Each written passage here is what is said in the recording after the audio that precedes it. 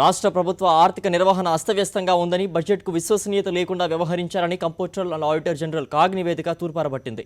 బడ్జెట్పై చర్చ సందర్భంగా ప్రతిపక్ష నేత వైఎస్ జగన్మోహన్ రెడ్డి అసెంబ్లీలో చెప్పిన అంశాన్ని నివేదిక ధృవీకరించింది. 2014-15 ఆర్థిక సంవత్సరం బడ్జెట్లోని దుర్లతనాన్ని కాగ్ ఎత్తిచూపింది.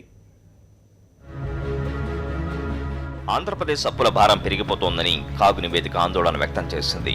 బడ్జెట్ అంచనాల్లో రెవెన్యూ వ్యయం 98,142 కోట్లుగా పేర్కొనగా ఇందులో 78.94% వ్యయాన్ని రెవెన్యూ రాబడుల నుంచి చేశారని, మిగతా 24,194 కోట్లను ప్రభుత్వం అరువు తెచ్చిన నిధులను ఉపయోగించి చేశారని పేర్కొంది. ఇలా వినియోగించిన అరువు నిధులను రాబోయే సంవత్సరాల్లో వడ్డీతో సహా తీర్చవలసి ఉంటుందని, ఈ అదనపు భారానికి తగిన ఆదాయం తెచ్చిపెట్టే ఆస్తులు కూడా అరువు నిధుల వలన సమకూరవని స్పష్టం చేస్తూ 2014-15 ఆర్థిక సంవత్సరంలో ఆర్థిక సంస్కరణల లక్ష్యాలను సాధించజాలదని పేర్కొంది.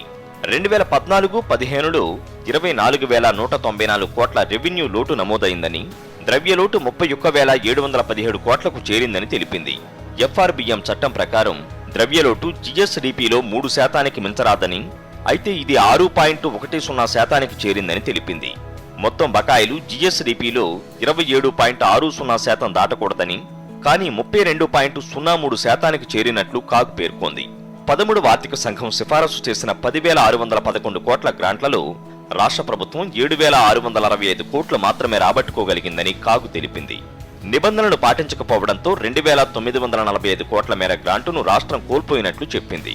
మార్చి 2015 నాటికి రాష్ట్ర ప్రభుత్వం మొత్తం అప్పులు 1,66,580 కోట్లుగా కాగ్ పేర్కొంది. 50% పైగా అప్పులను 7 సంవత్సరాల గడువులో తీర్చాల్సి ఉంటుందని, అందువల్ల రాష్ట్రం మరింత అప్పుల ఊబిలో చిక్కుకుంటుందని కాగ్ హెచ్చరించింది. బడ్జెట్ ప్రతిపాదనలోని ఖచ్చితత్వం, విశ్వసనీయతలపై సందేహాలు రేకెత్తిస్తోందని కాగ్ పేర్కొంది. అవాస్తవిక బడ్జెట్ కేటాయింపుల పర్యవసానంగా ఏర్పడిన భారీ మిగుళ్లు, అవసరం లేని అనుబంధ గ్రాంట్లు, కేటాయింపులు లేకుండా చేసిన ఖర్చులు, అధిక రీఅప్రోప్రియేషన్ల వలన ఏర్పడిన అదనపు వ్యయం వంటివి బడ్జెట్ నిర్వహణ లోపాలను సూచిస్తున్నాయని కాగ్ వ్యాఖ్యానించింది.